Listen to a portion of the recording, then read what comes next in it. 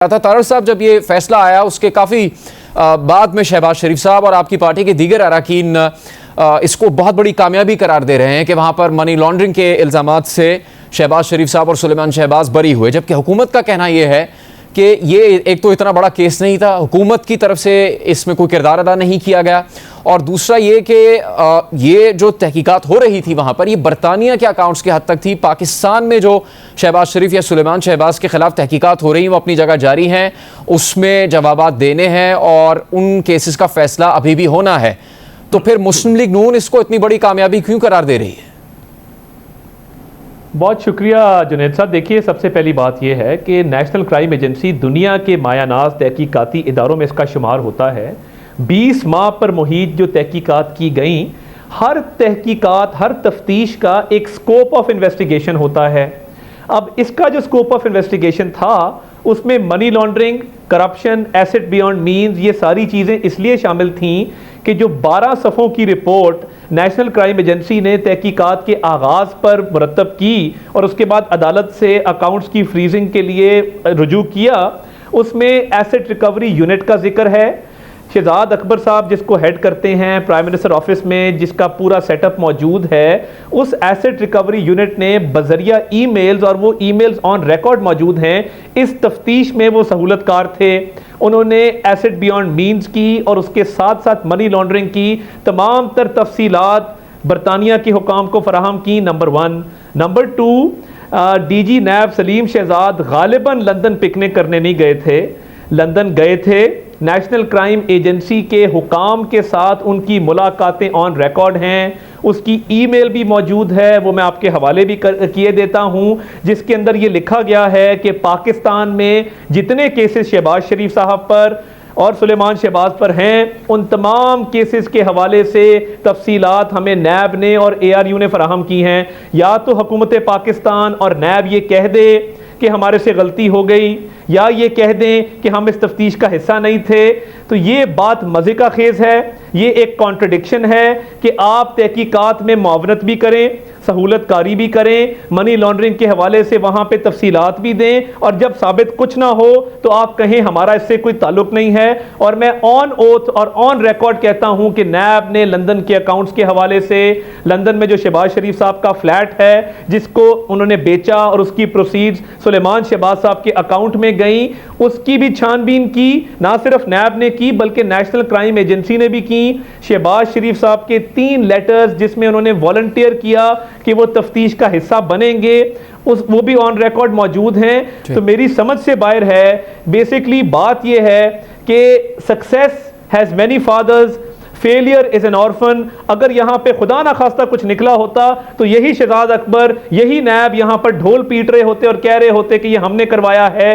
अब क्योंकि money laundering जो तमाम तर इल्ज़ामात UK के ट्रांजैक्शंस पे बेस्ड हैं, कि ये जो रेफरेंस है नैब का, इसकी बुनियाद ही ये है कि पैसा यहाँ से बाहर गया और UK से वापस आया।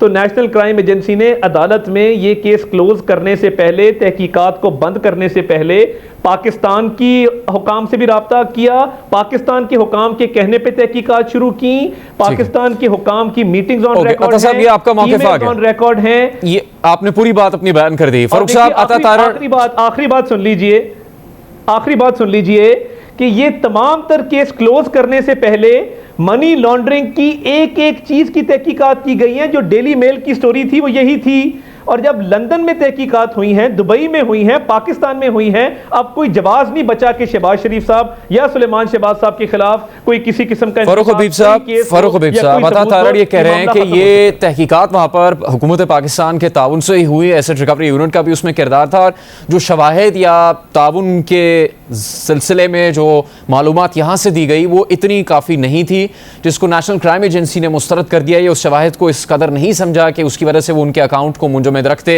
या उनके खिलाफ मजीद तहकीकात करते। ये अता तारड़ उनकी जमात का मौक़िफ़ है। फारूक हबीब साहब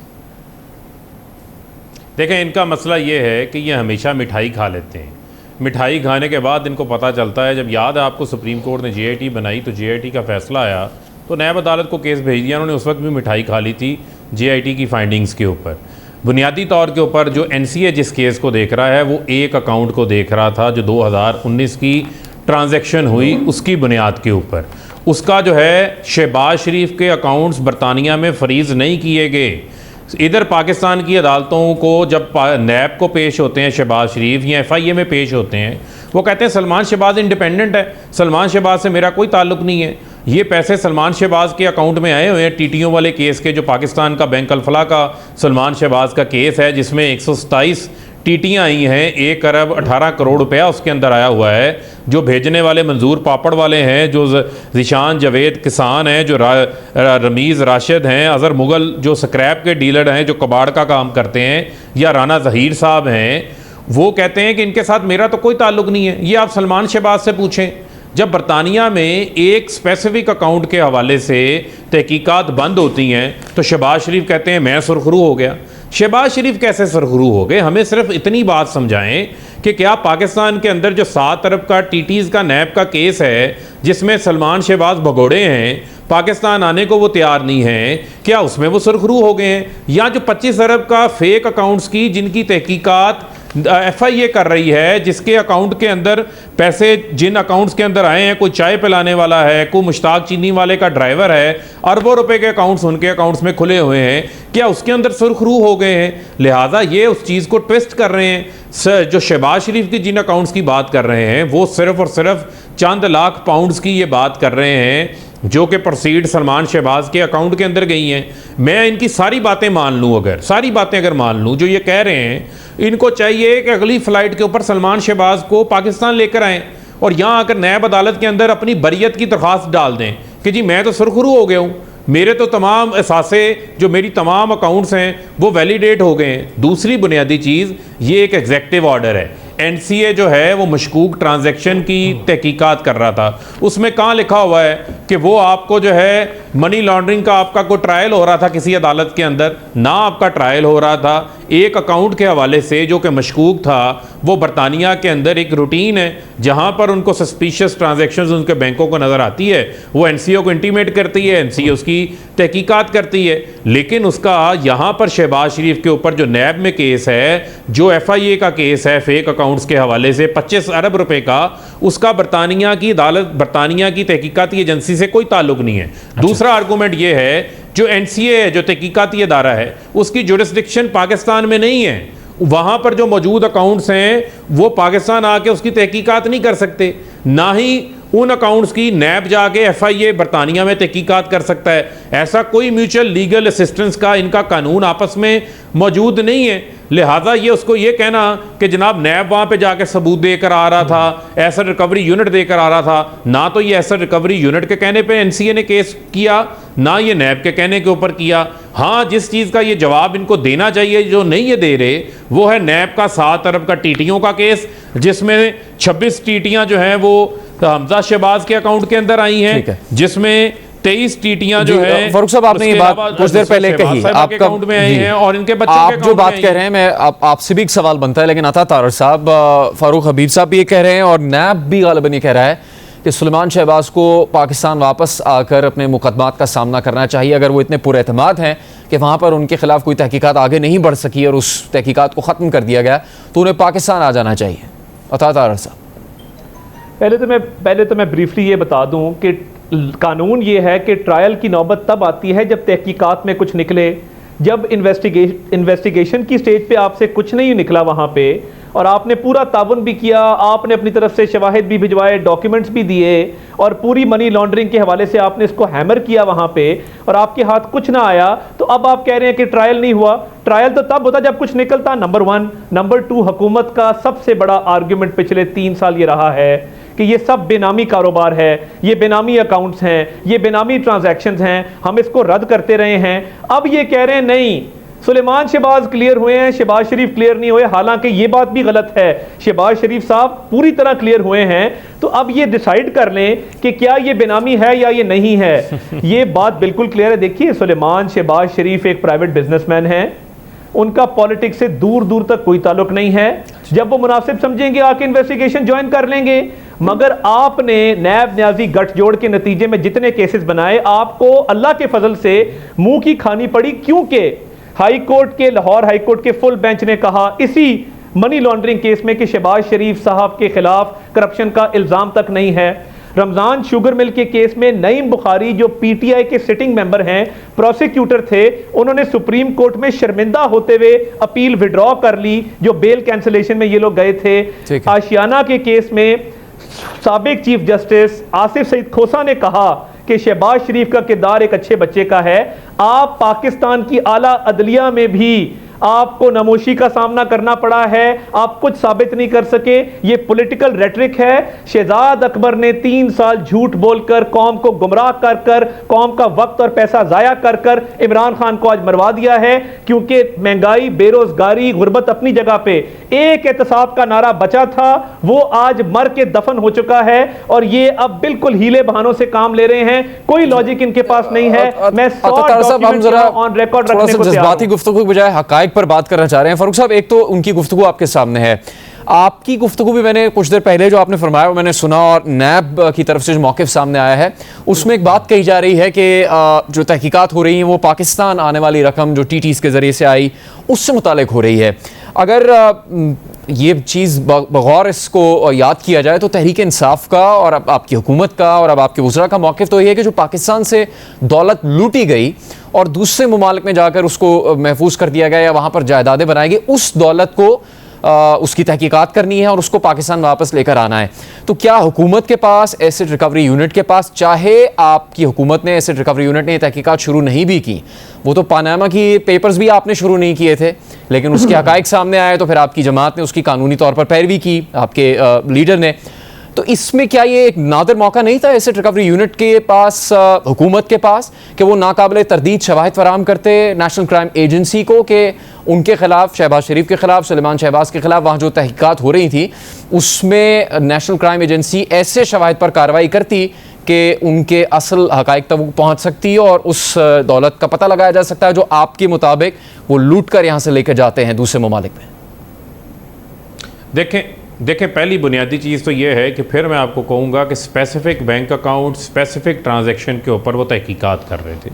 जहाँ तक रह गई बात हमने क्या देना है, हमारा तो सादा सा बुनियादी सा केस है जिसको ये कह रहे हैं कि सलमान शहबाज एक प्राइवेट बिजनेसमैन है। सलमान शहबाज प्राइवेट बिजनेसमैन नहीं है, वो 3 बार के चीफ मिनिस्टर पंजाब के साहिबजादे हैं, 3 बार के वज़ीर आज़म नवाज शरीफ के जो हैं वो भतीजे हैं। अगर वो प्राइवेट बिजनेसमैन थे तो वो शहबाज शरीफ के साथ गैर मुल्की दौरों के ऊपर जहाँ पर बड़ी बड़ी डीलें होती थी उन मीटिंग्स में जाके ना बैठा करते। इसके अलावा उनके आप ही को शो को दिए गए इंटरव्यूज़ हैं, अगर वो आप चलाएं, शाहजेब खानज़ादा को दिया गया इंटरव्यू है, उसकी वीडियो भी मौजूद है।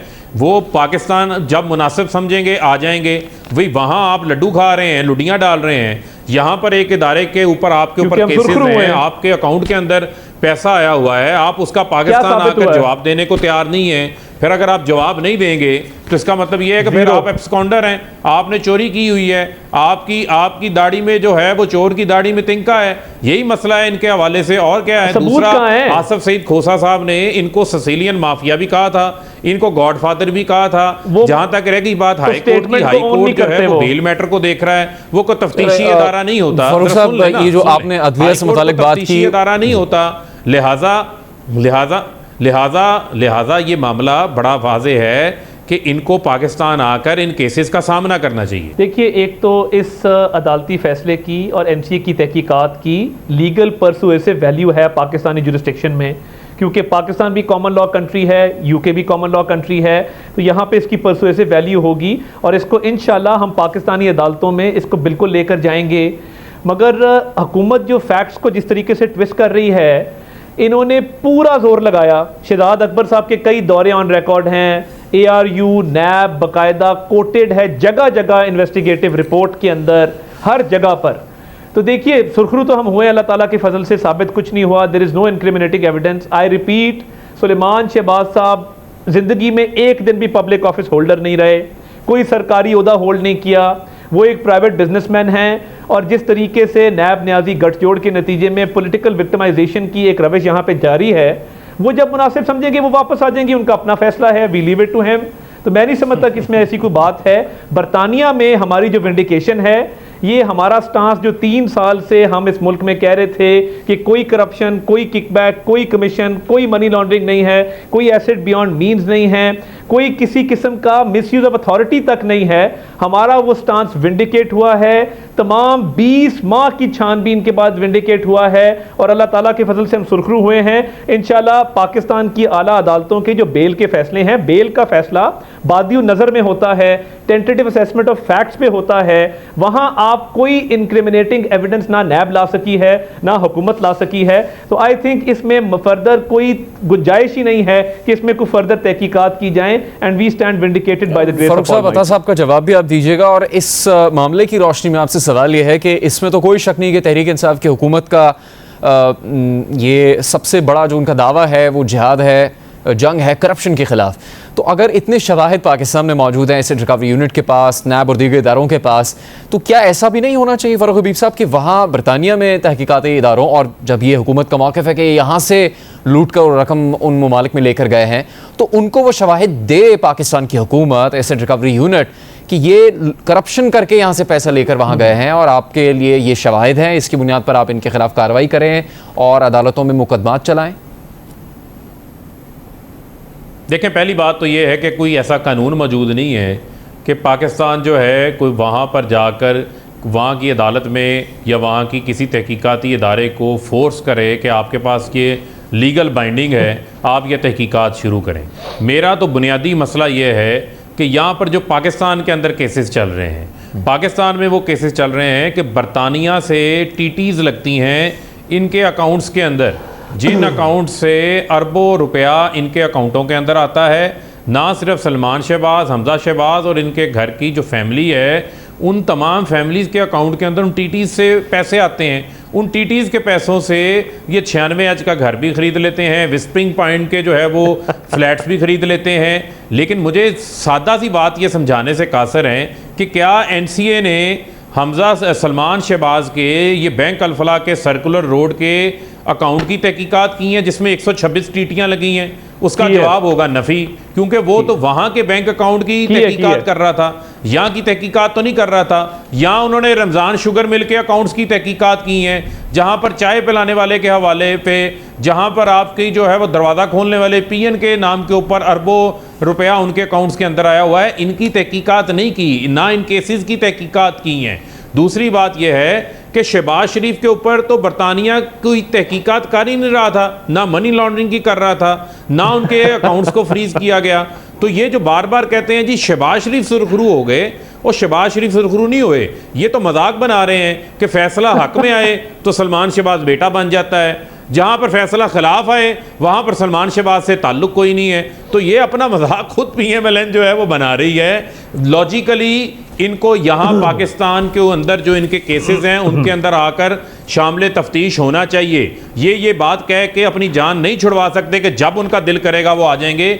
उसके ऊपर सीरियस उनके ऊपर इल्ज़ामात हैं, उन इल्ज़ामात का जवाब जो शहबाज शरीफ कहते हैं सलमान शहबाज देगा, मुझे तो कुछ नहीं पता, कारोबार को तो वो देख रहा था। हमजा से पूछो, वो भी कहता है सलमान जवाब देगा। तो भाई सलमान को आप ले आए, इतना ही वो मोस्ट वांटेड हैं, उनको आप एक बार कहें आ जाए पाकिस्तान।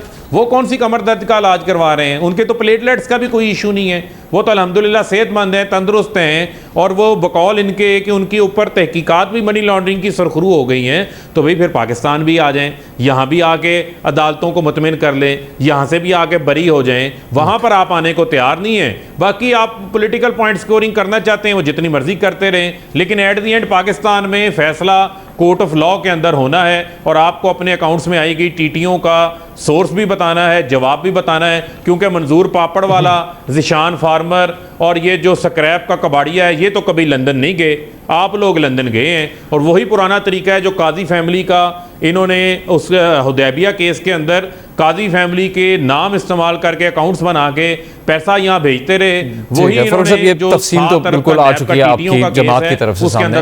फारूक हबीब साहब बहुत शुक्रिया, आता तारड़ साहब आपका भी बहुत शुक्रिया। फारूक हबीब हुकूमत की तरफ से कह रहे थे कि जिस तरह मुस्लिम लीग नून इसको कामयाबी करार दे रही है वैसी कामयाबी नहीं है, चूँकि पाकिस्तान में जो उनकी करप्शन है उसके खिलाफ तहकीकात हो रही हैं, उसकी तो कोई मालूमात बरतानवी तहकीकात एजेंसी के पास है ही नहीं, या उससे मुतालिक कोई तहकीकात की नहीं गई। जबकि आता तारड़ साहब ये कहते हैं की एक बड़ी कामयाबी है और जिस तरह से पाकिस्तान में उनके खिलाफ मनी लॉन्ड्रिंग से मुतालिक मुकदमा चल रहे हैं, उन पर भी बरतानवी तहकीकाती एजेंसी की तरफ से तहकीकात ख़त्म होने से सवाल उठता है। इसका उन्होंने वाज़ेह जवाब नहीं दिया कि इस बुनियाद पर क्या सुलेमान शहबाज या शहबाज शरीफ पाकिस्तानी अदालतों से भी रब्ता करेंगे, नहीं, लेकिन उन्होंने कहा कि इस बारे में सोच ज़रूर रहे हैं या ऐसा हो सकता है कि इसको बुनियाद बनाकर पाकिस्तान में भी कोई दरख्वास्त दी जाए। ये तहरीक इंसाफ और मुस्लिम लीग नून का मौक़िफ़ था।